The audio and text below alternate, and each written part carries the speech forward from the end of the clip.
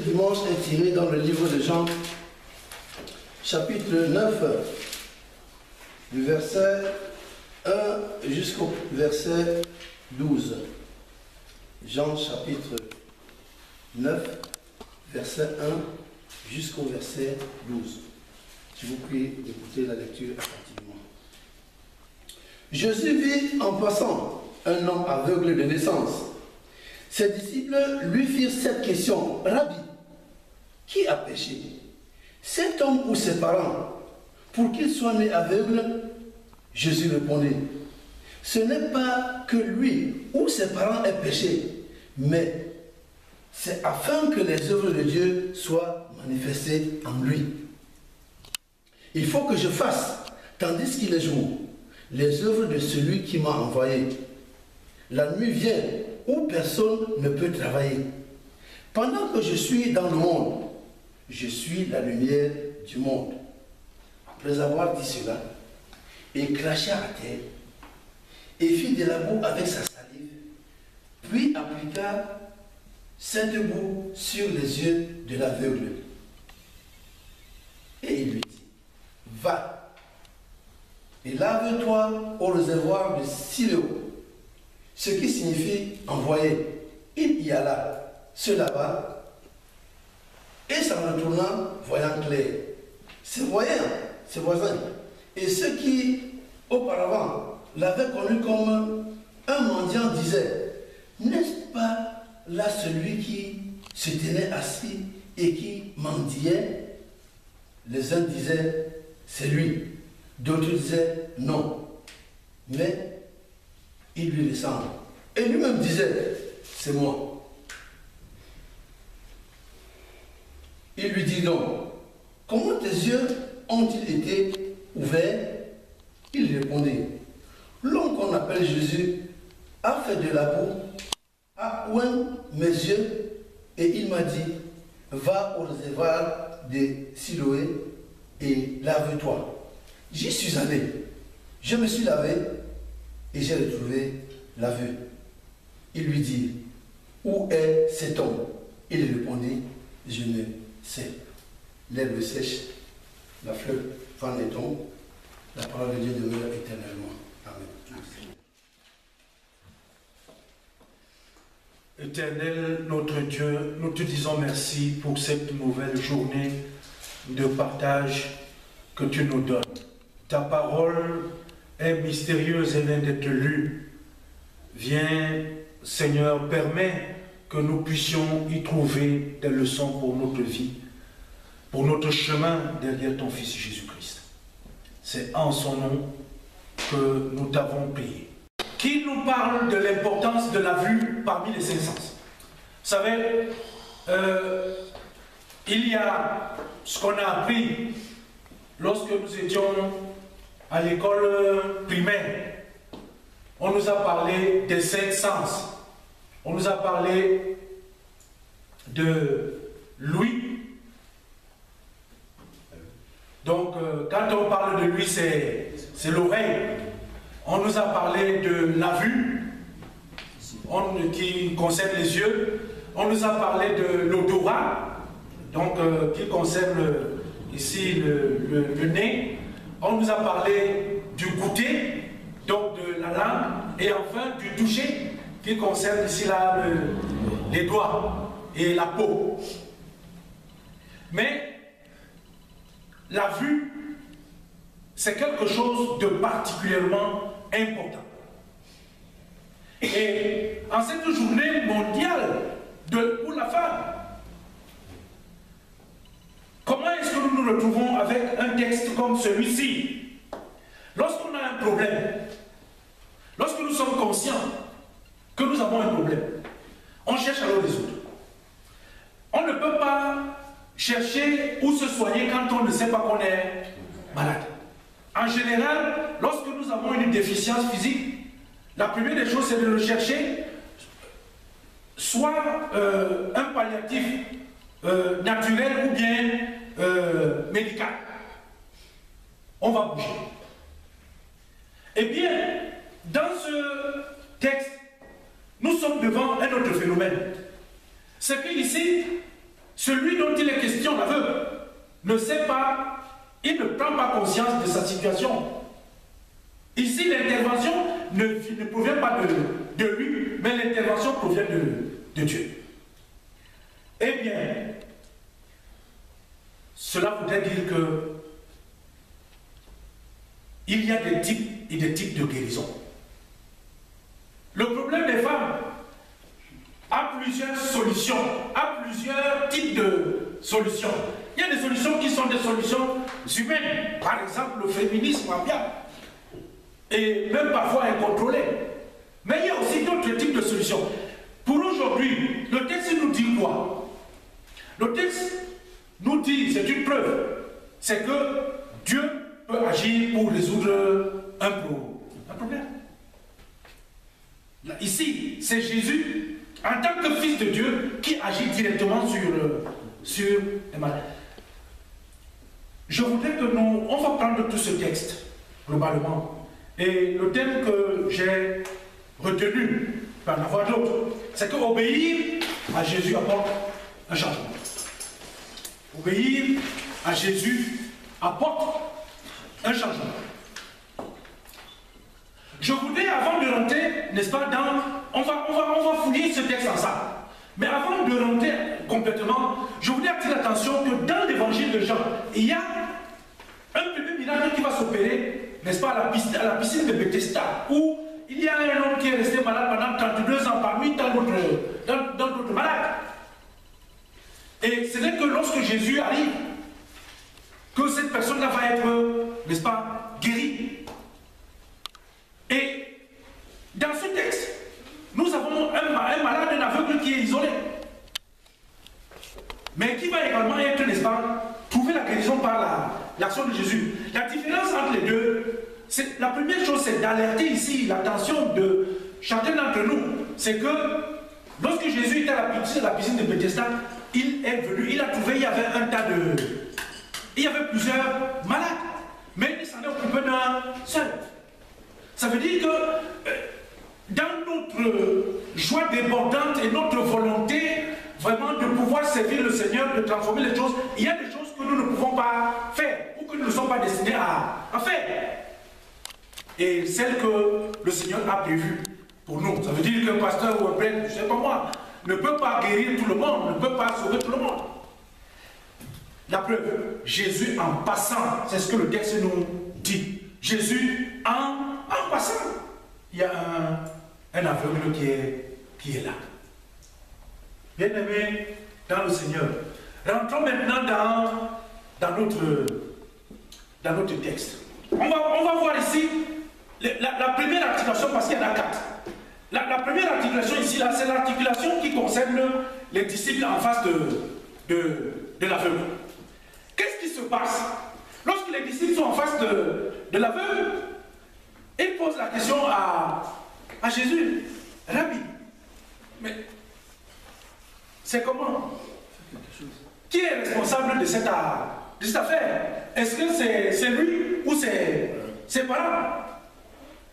Nous sommes ici avec des disciples qui cherchent plutôt à résoudre une énigme, mais qui ne se sentent pas concernés par l'État,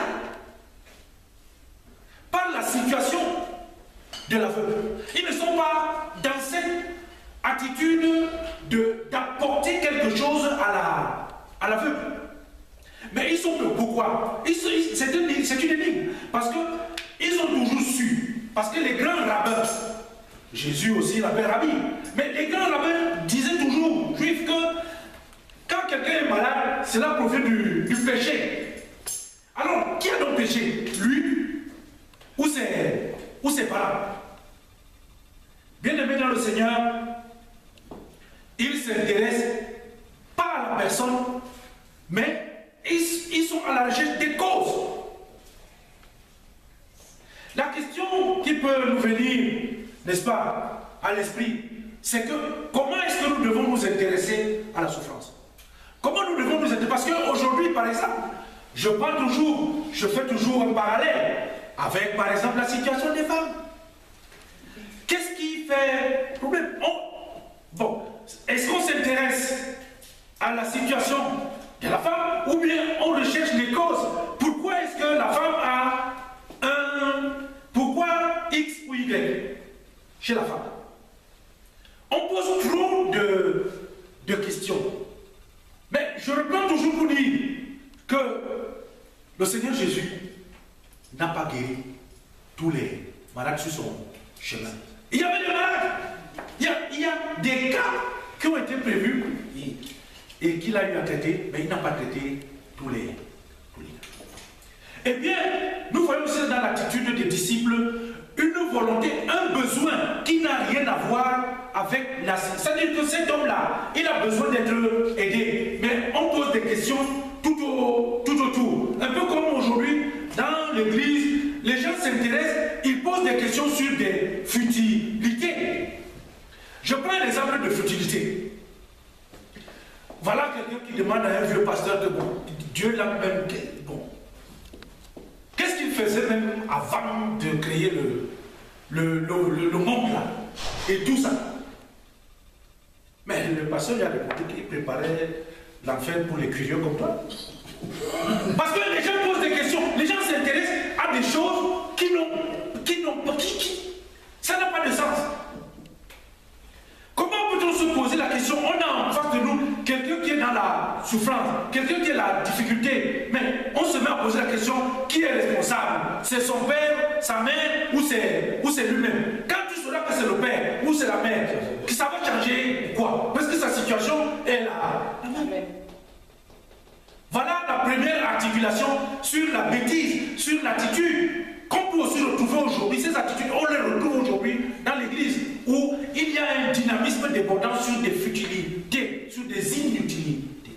Eh bien, Jésus est maintenant, lorsqu'on passe à partir du verset 3, on voit donc maintenant Jésus lui aussi maintenant qui est en face de l'aveugle. Comment Jésus se comporte? Il se comporte, il va répondre à la question. Il répond aux disciples. Mais quand Jésus répond aux disciples, qu'est-ce qu'il leur fait comprendre? À travers sa réponse, il dit que ça c'est pour la gloire de Dieu. Jésus déplace la lecture et le regard des disciples. Nous ne sommes plus à la recherche des causes, mais nous sommes dans le but. Le but, c'est la glorification de Dieu. La situation dans laquelle il est là, lui là. La situation dans laquelle certaines femmes sont là. Ça, c'est pour la gloire de Dieu. Ce n'est pas... Il ne faut pas aller chercher les causes. Il y a des situations où elles sont comme ça parce qu'il est prévu que Dieu soit glorifié à travers un changement qui pourrait éventuellement survenir. J'ai lu sur Internet hier. C'est un compatriote camerounais qui a écrit, il est journaliste, et voilà, et il publie en France et il publie au Cameroun. Alors, il publie ici à une tribune en prenant un pseudonyme pour les femmes, où les femmes de l'ACF se plaignent que voilà, notre église est la seule église où il n'y a pas de femmes pasteurs, on ne comprend même pas. Bon, les pasteurs, ce sont seulement les hommes, ils ont pris tous les postes, ils font X, ils font Y, ils font Z. Donc nous aussi, finalement, il faut on va créer notre église, les femmes, et comme ça, nous, on sera les pasteurs. Bon, très bien. C'est pour la journée internationale de la femme, aujourd'hui, que ça a été publié hier. Et bien aimé dans le Seigneur, pourquoi les femmes veulent être des pasteurs? Pourquoi elles ne voudraient pas l'être? Qu'est-ce qui est important? C'est être pasteur ou bien c'est d'être sauvé? Nous sommes dans des combats inutiles. Nous sommes dans des quêtes qui sont totalement à côté de l'essentiel. Parce que le but, c'est de glorifier le Seigneur. Jésus dit, c'est pour la glorification de Dieu. Ne cherchez pas les causes. Ne cherchez pas qui est responsable d'eux. Parce que commencer à chercher les causes, suivez mon regard. C'est quand même Dieu qui est à la base de la vie. Autrement dit, aller fouiller dans les... C'est dire que le Seigneur est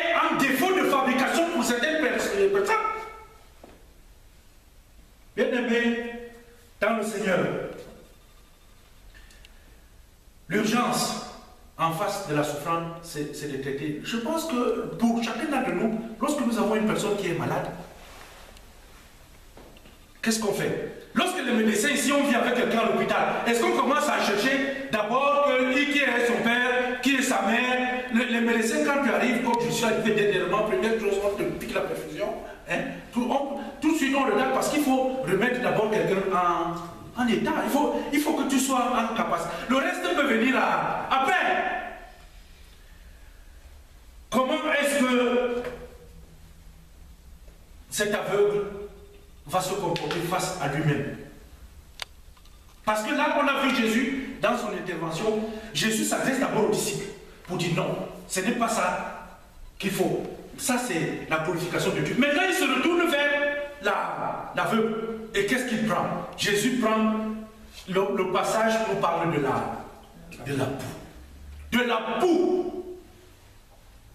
Peut-on s'imaginer aujourd'hui, dans notre monde tellement évolué où nous sommes aujourd'hui, qu'on soit un être humain avec la boue? On prend la salive, on mélange, ça fait le poiton.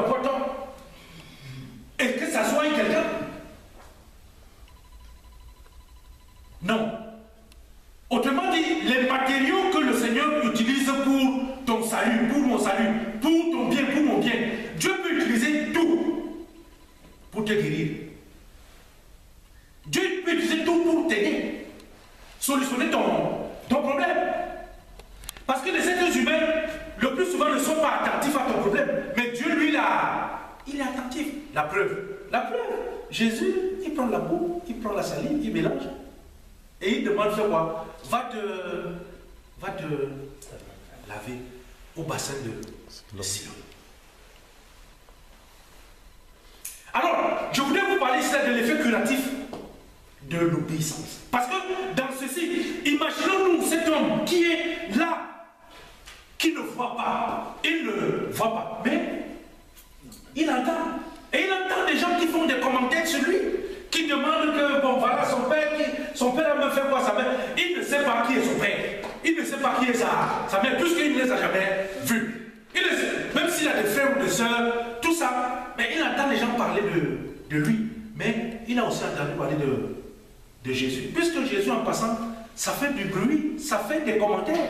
Au moins, il a entendu pour Jésus. Mais cette fois-ci, bien aimé dans le Seigneur, lorsqu'il va laver son visage, ses yeux vont s'ouvrir. Et qu'est-ce qu'il voit? Il voit la lumière. Ce monsieur va voir, pour la première fois de sa vie, il va voir la lumière. Il passe de l'obscurantisme des ténèbres pour venir à la lumière. Et ce qui est magnifique, c'est que Jésus n'est pas un menteur. Parce que Jésus a dit, je suis la lumière du monde. Et par son acte, l'aveugle voit. Il voit non seulement la lumière naturelle, mais il voit cette lumière qu'est le Seigneur Jésus-Christ. Bien aimé dans le Seigneur, c'est là où on peut se poser la question de savoir. Nous qui sommes des lumières, nous qui sommes censés être le sel de la terre, qu'est-ce que nous avons apporté comme changement autour de nous?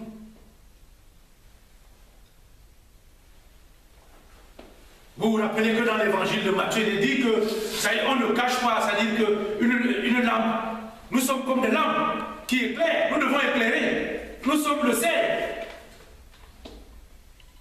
Mais est-ce que nous vérifions cette condition que nous devons avoir lorsque nous sommes devenus des chrétiens? La question est posée à chacun et chacun répondra. Mais allons dans la dernière articulation qui va à partir du verset 8 jusqu'au verset 12. Regardons ici la réaction du peuple. Comment est-ce que le peuple réagit? Le peuple réagit pratiquement comme des disciples. Eux, ils sont avec Jésus, ils marchent avec Jésus au quotidien. Jésus fait des miracles, Jésus fait des choses, ils sont vus. Alors, le peuple réagit, mais qu'est-ce qui est arrivé? arrivé? Qu'est-ce qui t'est arrivé? Mais c'est pas... C'est comme si c'est lui. D'autres disent que non, c'est lui. Mais on vient lui poser la question, mais qu'est-ce qui t'est arrivé? Et lui de dire que c'est Jésus. Bien aimé dans le Seigneur, il lui demande où Jésus est. Il dit, je ne sais pas. Ce n'est pas, ils ne sont pas aucun d'entre eux dans ce texte. Nous ne voyons pas les gens se réjouir que, mais ils ne voyaient plus maintenant, ils voient, ils ne sont pas contents. Lorsque quelque chose de bien t'arrive, en général, les gens n'aiment pas. Les gens n'aiment pas voir le sourire sur le visage. Parce que, voyez-vous, c'est une communauté. C'est une communauté. C'est-à-dire que cet aveugle-là, dans son village-là, avec les mêmes gens qui tous les jours passent, ils le regardent. Bon, finalement, il est même devenu quelque chose du décor. On dit tout de lui et même rien. Bon, mais un matin, lui aussi, il va ouvrir les yeux, il voit. Et personne ne se réjouit de ce changement. Que lui aussi, il voit, il est devenu quelqu'un. Lorsque tu es dans la joie, finalement, il semble qu'aujourd'hui, que si tu as une situation de joie, il ne faut plus dire à personne. Il faut garder le secret. De peur que cela ne provoque le mécontentement de ceux qui sont avec toi tout le temps. Il dit, il dit, je ne sais pas. Je ne sais pas. Bien aimé dans le Seigneur, obéir. On voit ici comment obéir apporte quelque chose de positif. Mais obéir à qui? Il faut obéir au Seigneur. Il faut, Jésus, si on demandait à ses disciples, Jésus lui dit, va au bassin de Siloé.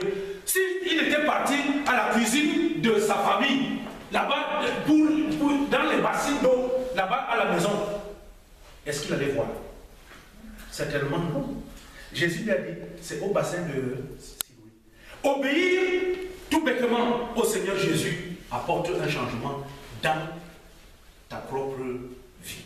Il faut obéir au Seigneur. Mais comment on obéit au Seigneur aujourd'hui? Bien aimé dans le Seigneur, c'est dans le respect de la parole qui est consignée dans les Écritures. Nous avons aujourd'hui des vies où il y a profondément un refus d'observer la parole du Seigneur. Je parlais encore, je ne sais avec qui, tous ces derniers temps, et il y a une volonté fantastique pour l'Église, pour le clergé, d'enseigner, d'être avec les gens, de monter, mais systématiquement, ni les anciens, ni les pasteurs, ni les... Personne ne veut respecter ce que... Mais on la confesse. Il faut parvenir, bien aimé, dans le Seigneur, à aller dans le chemin de l'obéissance. Je voudrais m'arrêter en résumant aujourd'hui de la manière suivante. Le changement commence toujours par Dieu. Le changement commence par Dieu parce que c'est Jésus qui s'approche de la personne. Ce n'est pas la personne qui est quittée pour aller à la recherche du Seigneur. Autrement dit, dans toutes les situations que nous avons, la situation internationale et mondiale de la femme, on voit les préoccupations qu'il y a dans plusieurs pays où des mamans, la vie n'est plus ça. Pas à manger suffisamment, pas à boire, les enfants qui naissent, qui sont chétifs, les autres avec le kwashiorkor, ainsi. Et il y a tout ça. On voit la situation internationale de la femme, mais le changement de la situation de la femme, ou le changement de ta situation ou de matin commence avec Dieu. Il y a des situations qui sont changées par Dieu, où l'être humain ne peut pas, malgré toutes les histoires qu'on peut raconter. La deuxième chose, bien aimé, dans le Seigneur, c'est que le changement se réalise, n'est-ce pas, dans la foi. Il faut avoir... La foi, c'est la ferme assurance des choses que l'on espère. C'est une ferme, ce n'est pas une tangente, c'est une foi ferme. On assure que ça va changer. On voit ça au loin, on désire ça au loin et on y croit. Mais le changement ne peut venir que si cette foi est ferme. beaucoup de changements aujourd'hui, que ce soit les femmes, que ce soit l'Église, que ce soit la société. Nous avons toujours deux cœurs. Vous savez, j'enseignais un jour en paroisse et j'ai été frappé. Je vais vous dire où c'est venu. En parlant de l'adultère, qui est conçu en termes péjoratifs. Non. En bas ça, le mot né a ce qu'on appelle son radical qui est ndeng. Ndeng, ça veut dire quoi? Ça veut dire c'est osciller, balancer. Donc, si tu veux, l'adultère c'est quoi? C'est le balancement du cœur entre mon maillot et mon je sais pas quoi. Ça veut dire qu'en même temps on veut ceci et en même temps on veut cela. C'est ça, c'est ce balancement-là. Et bien aimé dans le Seigneur, nous ne pouvons pas obéir au Seigneur si, comme on le disait l'autre jour, on est entre Dieu et maman. On ne peut pas aimer à la fois deux. En même temps, c'est pas possible. Finalement, on va faire soit on déteste, et ainsi de suite. Bien-aimé dans le Seigneur, enfin, le changement se confirme, n'est-ce pas, par la vie que nous menons après. Ça veut dire que si on a changé, ça doit se voir qu'on a changé. Imaginez-vous si vous sortez, vous avez vu déjà des films où on prend quelqu'un qui est dans un aéroport, par exemple aux États-Unis, ils adorent ça. Et puis c'est un clown, c'est X machin, et puis un jour, bon, on le prend des bourgeois machin, on le transforme. Quand quelqu'un a changé, c'est qu'il a vraiment changé. On ne peut pas changer, et dire qu'on a changé et être toujours encore en train de poser les mêmes actes. Si nous voulons être nous aussi des lumières. C'est-à-dire que provoquer le changement chez nos frères, chez nos soeurs, chez nos amis, il faut que le changement que nous voulons leur apporter commence par nous-mêmes. Nous ne pouvons pas changer les autres si nous-mêmes, nous n'avons pas changé. Obéir à Jésus apporte un changement. Que le Seigneur lui-même nous permette, bien aimés dans le Seigneur, de continuer à macérer pour notre chemin de foi les enseignements de ce jour. Obéir à Jésus apporte le changement. Prions le Seigneur. Éternel notre Dieu, nous venons une fois de plus ce jour écouter ta parole. Nous l'avons suivi de la part de ton serviteur, notre pasteur. Nous te remercions pour ces enseignements que tu nous as donnés ce jour. Nous demandons simplement, Éternel, que tu mettes ton Esprit Saint en nous pour que ces paroles ne soient pas simplement des vaines paroles que nous aurons entendues et qui s'enfuient tout de suite. Que ces paroles œuvrent en nous permettent effectivement de changer. Éternel, que nous puissions, nous aussi, transmettre ces paroles à d'autres afin qu'elles servent à leur édification pour le reste de leur vie. Seigneur notre Dieu, pour ton serviteur qui nous a transmis ce message, qu'il reste plein de cette parole et qu'il continue, Éternel, à nous édifier par ta parole maintenant et pour le reste de notre vie. Nous t'avons prié non parce que nous sommes des gens méritants, mais parce que par le sang de ton Fils Jésus, nous sommes libres devant toi. C'est en son nom que nous t'avons prié.